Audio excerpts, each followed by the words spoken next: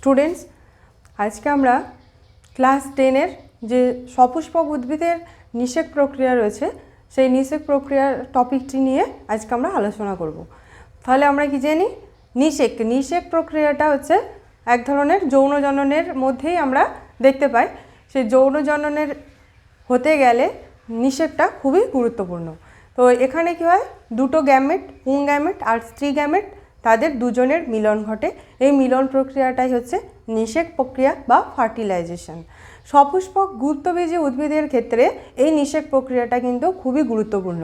তাহলে কাদের ক্ষেত্রে আমরা দেখতে পাবো না, সপুষ্পক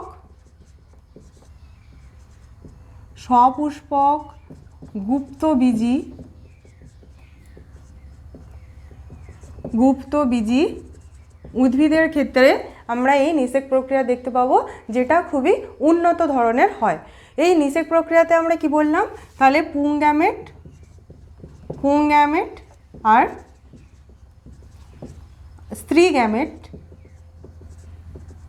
পুং গ্যামেট এবং স্ত্রী গ্যামেট এদের যে মিলন প্রক্রিয়া সেটাকে বলা হচ্ছে কি নিষেক বা ফার্টিলাইজেশন।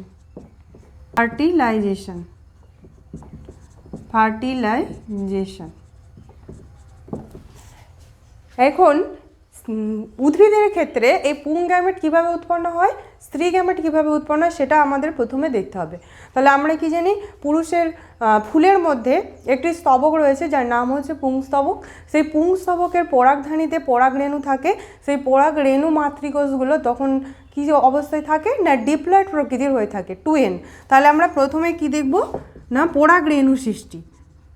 ফার্টিলাইজেশন পড়তে গেলে প্রথমে আমাদের পরাগরেণু কয়েকটি ধাপে এই নিষেক প্রক্রিয়াটা সম্পন্ন হয়। তার প্রথম ধাপ যদি দেখি, প্রথম ধাপে হচ্ছে পরাগরেণু সৃষ্টি। তাহলে সপুষ্পক গুপ্তবীজী উদ্ভিদের ফার্টিলাইজেশন নিয়ে আলোচনা করছি। সেখানে আমরা কি দেখলাম, পুং গ্যামেট এবং স্ত্রী গ্যামেট তাদের দুজনের মিলন প্রক্রিয়াকেই বলা হচ্ছে নিষেক বা ফার্টিলাইজেশন। সেই ফার্টিলাইজেশন সম্পাদন প্রক্রিয়াটা কয়েকটি ধাপে সম্পন্ন হয়। সেই ধাপগুলোর প্রথম ধাপটা কি না, পরাগরেণু সৃষ্টি। তাহলে পরাগরেণুটা কিভাবে হবে না, পুংস্তবকের যে পরাগধানী রয়েছে সেই পরাগধানের মধ্যে পরাগরেণু মাতৃকোষ, তাহলে পরাগরেণু মাতৃকোষ ছিল, যেখানে কোষ ছিল ডিপ্লয়েড প্রকৃতির অর্থাৎ 2n। সেখানে মিওসিস বিভাজন হবে, মিওসিস বিভাজন ঘটে পরাগরেণু n সৃষ্টি হবে। হ্যাপ্লয়েড প্রকৃতির পরাগরেণু n সৃষ্টি হবে।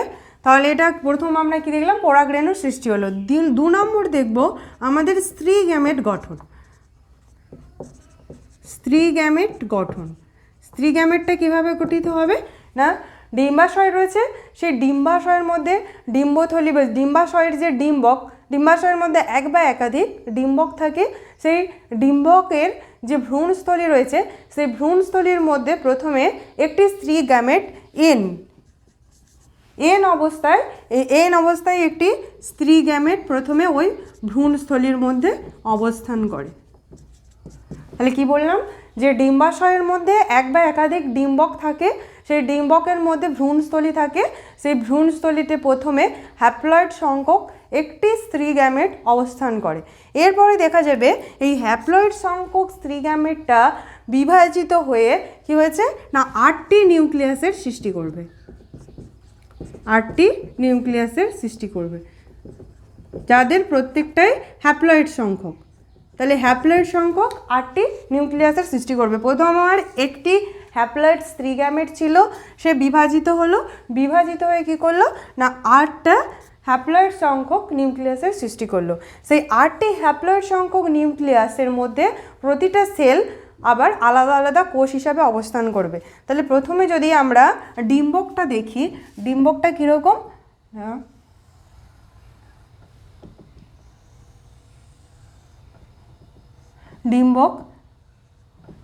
ডিম্বাশয়ের মধ্যে ডিম্বকটা অবস্থান করে।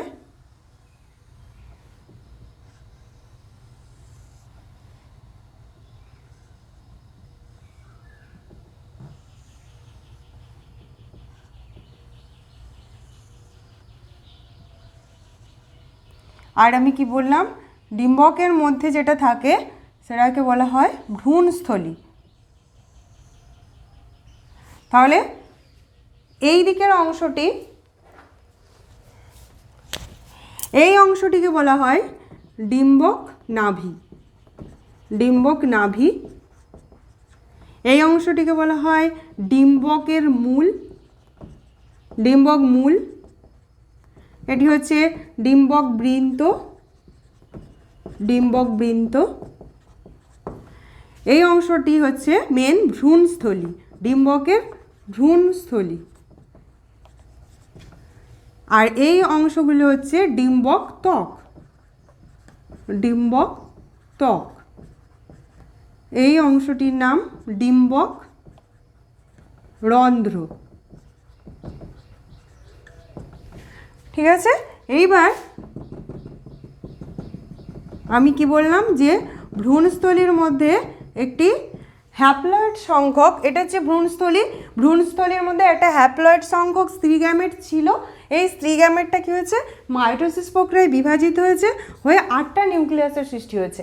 এই 8টি নিউক্লিয়াসের 3টি সেল তারা কি করবে না, এই ডিম্বক নাভির দিকে 3টি সেল অবস্থান করবে একত্রে, যে সেলগুলোকে আমরা বলবো প্রতিপাদ কোষ বা অ্যান্টিপোডাল সেল।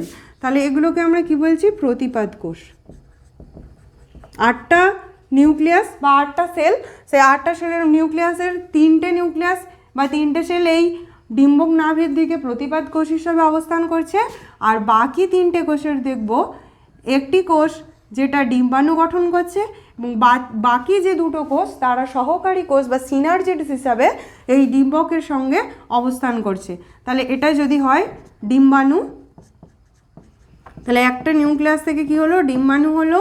বাকি এই যে 2টো সেল, এই 2টো সেলকে আমরা কি বলছি না, সহকারী কোষ। সহকারী কোষ। ঠিক আছে, তাহলে আমার কটা গেল, 3টে, 6টা। বাকি আমি বলেছি 8টা নিউক্লিয়াস, তাহলে এখনও 2টো নিউক্লিয়াস রয়েছে। সেই 2টো নিউক্লিয়াস মিশ্রিত অবস্থায় ভ্রূণস্থলীর কেন্দ্রে নির্ণিত নিউক্লিয়াস হিসাবে অবস্থান করবে। তাহলে এটাকে আমরা কি বলবো না, নির্ণিত নিউক্লিয়াস। নির্ণিত নিউক্লিয়াস রূপে এটা ভ্রূণস্থলীর কেন্দ্রে অবস্থান করবে।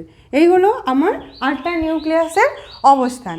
এইবার আমরা কি দেখলাম, তাহলে স্ত্রী গ্যামেট থেকে আমার প্রতিপাদ কোষ সৃষ্টি হয়েছে, সহকারী কোষ, ডিম্বাণু সৃষ্টি হয়েছে। এই যে সহকারী কোষ আর ডিম্বাণু, এই 3টে নিয়েই গঠিত হচ্ছে কি গর্ভযন্ত্র বা আমাদের এগ অ্যাপারেটাস। এই 3টে নিয়েই তৈরি হচ্ছে কি গর্ভযন্ত্র বা এগ অ্যাপারেটাস।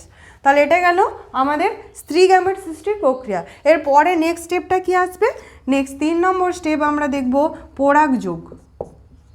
পরাগযোগ হতে হবে। তাহলে আমার পরাগ রেণু সৃষ্টি হয়ে গেছে, স্ত্রী গ্যামেট সৃষ্টি হয়ে গেছে।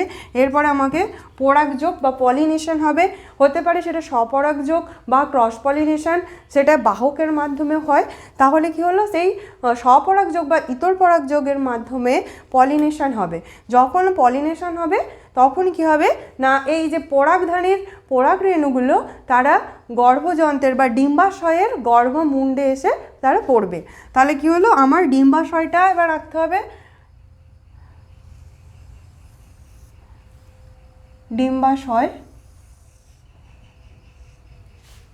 তাহলে এতক্ষণ আমরা এটা দেখেছিলাম কি ডিম্বাশয়ের মধ্যে অবস্থিত ডিম্বক, আর এটা আমার কি হলো না, এই টোটালটা যেটা সেটাকে আমরা বলছি ডিম্বাশয়। এই অংশটির নাম হচ্ছে ডিম্বাশয়। ডিম্বাশয় আঁকলাম। এবার আমি কি বললাম যে পরাগযোগের সময় যে পরাগধানী থেকে পরাগ রেণুগুলো তারা কি হয় না, এই গর্ভমুণ্ডে এসে পড়ে। এটা হচ্ছে গর্ভমুণ্ড। গর্ভমুণ্ডে এসে পড়বে এখানে। তাহলে কি হলো না, পরাগগুলো এসে পড়বে।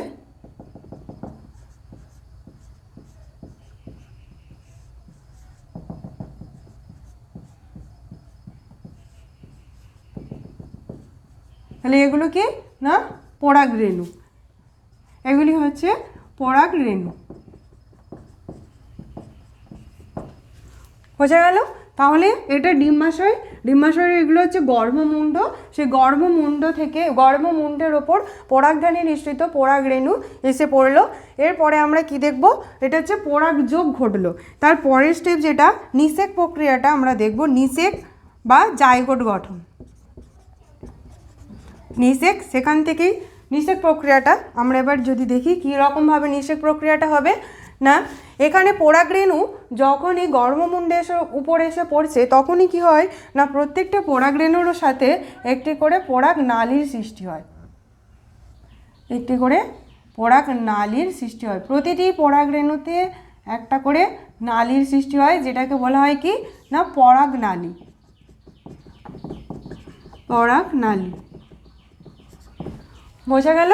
তাহলে কি হলো, পরাগরেণু যখনই গর্ভমুণ্ডের উপর এসে পড়লো তখন কি হচ্ছে না, প্রত্যেকটা পরাগরেণুর সাথে একটি নালীর সৃষ্টি হলো, যে নালীটাকে বলা হচ্ছে পরাগ নালী।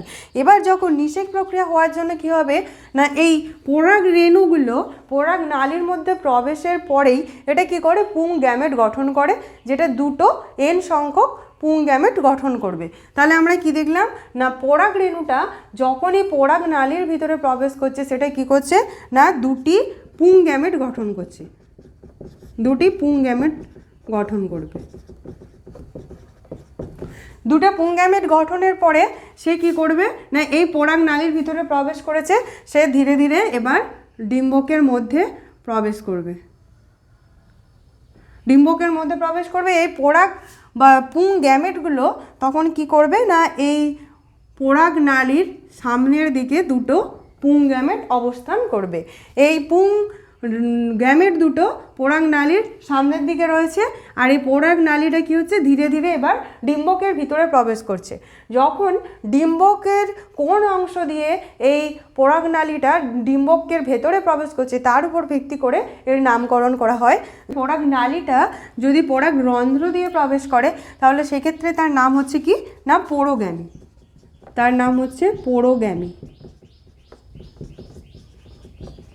কখন না, যদি পরাগ নালীটা ডিম্বক রন্ধ্র দিয়ে প্রবেশ করে। আর যদি ত্বক দিয়ে প্রবেশ করে, ডিম্বকের ত্বক দিয়ে যদি প্রবেশ করে তাহলে সেটাকে বলা হয় মেসোগ্যামি। আর যদি ডিম্বক মূল দিয়ে প্রবেশ করে, ডিম্বকের মূল দিয়ে প্রবেশ করে তাহলে তাকে বলা হয় চ্যালাজোগ্যামি, চ্যালাজোগ্যামি। তাহলে এই তিনটে নামকরণ করা হয় কিসের ভিত্তিতে না, ওই পরাগ নালীটা ডিম্বকের কোন অংশ দিয়ে ডিম্বকের ভিতরে প্রবেশ করেছে তার উপর ভিত্তি করে পোরোগ্যামি, মেসোগ্যামি আর চ্যালাজোগ্যামি নামকরণটা হয়। তাহলে আমরা এখন কি দেখলাম যে পরাগ নালীর সামনের দিকে রয়েছে দুটো পুং গ্যামেট। এবার এই পরাগ নালীর সামনের ভাগটা একটু সুচালো ধরনের হয়ে যায়। এবার এটা কি করলো, আমি এখন এখানে যেটা দেখাচ্ছে ডিম্বক রন্ধ্র দিয়ে প্রবেশ করছে, ডিম্বক রন্ধ্র দিয়ে প্রবেশ করছে মানে পোরোগ্যামি পদ্ধতি অবলম্বন করেছে। তাহলে এখানে ডিম্বক রন্ধ্র দিয়ে প্রবেশের পরে এখানে রয়েছে কি ডিম্বাণু। তাহলে কি হবে না, একটা পুং গ্যামেট এই ডিম্বাণুর সাথে মিলিত হয়ে ফার্টিলাইজেশন হবে আর জাইগোট গঠন করবে। ঠিক আছে, তাহলে কি হলো না, এই পরাগ নালীর মধ্য দিয়ে পুং গ্যামেট দুটো পরাগ নালীর সামনের দিকে থাকে এবং পরাগ নালীর সামনের অংশটা ক্রমশ সুচালো হয়। সে কি করলো না, ডিম্বক রন্ধ্র দিয়ে ভ্রূণস্থলীর মধ্যে প্রবেশ করলো, দিয়ে ডিম্বাণুর সাথে একটি পুং গ্যামেটের মিলনের ফলে ফার্টিলাইজেশন বা নিষেক প্রক্রিয়া সম্পন্ন হলো। তাহলে একটা পুং গ্যামেট চলে গেল। আর যদি সস্যল উদ্ভিদ হয় তাহলে সস্যল উদ্ভিদের ক্ষেত্রে আরেকটি যে পুং গ্যামেট রয়েছে সেই আরেকটি পুং গ্যামেট এই নির্মিত নিউক্লিয়াসের সাথে নিষিক্ত হবে, দিয়ে কি গঠন করবে না শস্য গঠন করবে, অর্থাৎ 3N গঠন করবে। তাহলে আমি আর কি হলো না, পুং গ্যামেট N আর স্ত্রী গ্যামেট বা ডিম্বাণু ছিল N, সেখান থেকে নিষেক প্রক্রিয়ায় কি হলো 2N বা ভ্রূণ জাইগোট সৃষ্টি হলো। এটি হলো জাইগোট। তাহলে জাইগোটের সৃষ্টি হলো, এটাই হলো নিষেক প্রক্রিয়া।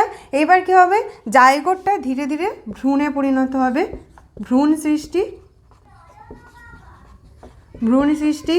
জাইগোট বারবার বিভাজিত হয়ে সেখান থেকে কিসে পরিণত হবে, জাইগোট বিভাজিত হয়ে ভ্রূণে পরিণত হবে। এইবার এই ভ্রূণটা ধীরে ধীরে কী হবে না, এই ডিম্বক সহ বা ভ্রূণ সহ ডিম্বকটা তখন বীজে পরিণত হবে, ডিম্বক সহ, তাহলে ভ্রূণটা কিসে পরিণত হলো? বীজে। এবার এই ডিম্বাশয় সহ পুরো অংশটাই তখন ফলে পরিণত হবে। তারপরে কি হলো? ফল সৃষ্টি হলো। তাহলে ডিম্বক সহ ভ্রূণটা সৃষ্টি করলো বীজ, এবার বীজ সহ পুরো ডিম্বাশয়টা পরিণত হলো কিসে? না ফলে। যখনই ফল সৃষ্টি হলো, ফল সঙ্গে সঙ্গে অঙ্কুরিত হবে না, সেই ফলের বীজটা উপযুক্ত পরিবেশে, উপযুক্ত তাপমাত্রা আর্দ্রতায় এসে অঙ্কুরিত হবে এবং সেখান থেকেই নতুন উদ্ভিদের সৃষ্টি হবে। ঠিক আছে, এটাই গেল কি না সপুষ্পক উদ্ভিদের কিভাবে নিষেক সম্পন্ন হয় এবং সেখান থেকে কিভাবে অপত্য নতুন উদ্ভিদ সৃষ্টি হয় সেই প্রক্রিয়া। এখানে আরেকটা বিষয় যেটা জানার, তাহলে আমরা এখানে দেখলাম যে নিষেকের পরে ডিম্বাশয়ের কোন কোন অংশগুলো নিষেকের পরে ফলের কি কি অংশ গঠন করছে সেটা আমাকে এখন দেখতে হবে। তাহলে আমার প্রথমে ছিল কি? ডিম্বক। তারপরে কি ছিল? ডিম্বাশয় ছিল, ডিম্বাণু ছিল। তাহলে প্রথমে দেখলাম আমার ডিম্বাণু ছিল, তারপরে ডিম্বাণুর বাইরে রয়েছে ডিম্বক, আর ডিম্বাণু ডিম্বক সব নিয়ে তৈরি হচ্ছে কি? ডিম্বাশয়। এবার ডিম্বাশয়ের বাইরে রয়েছে কি? ডিম্বাশয় প্রাচীর। ডিম্বাশয় প্রাচীর। তাহলে ডিম্বাণু কিসে পরিণত হলো? ডিম্বাণু পরিণত হলো ভ্রূণে। ডিম্বাণু আর ভ্রূণ সহ ডিম্বাণু যেটা, সেটা পরিণত হলো আমার বীজে। ডিম্বাশয় পরিণত হলো ফলে, আর ডিম্বাশয় প্রাচীর কি গঠন করলো? না ফল ত্বক। ঠিক আছে, তাহলে এই হলো টোটাল নিষেক প্রক্রিয়া।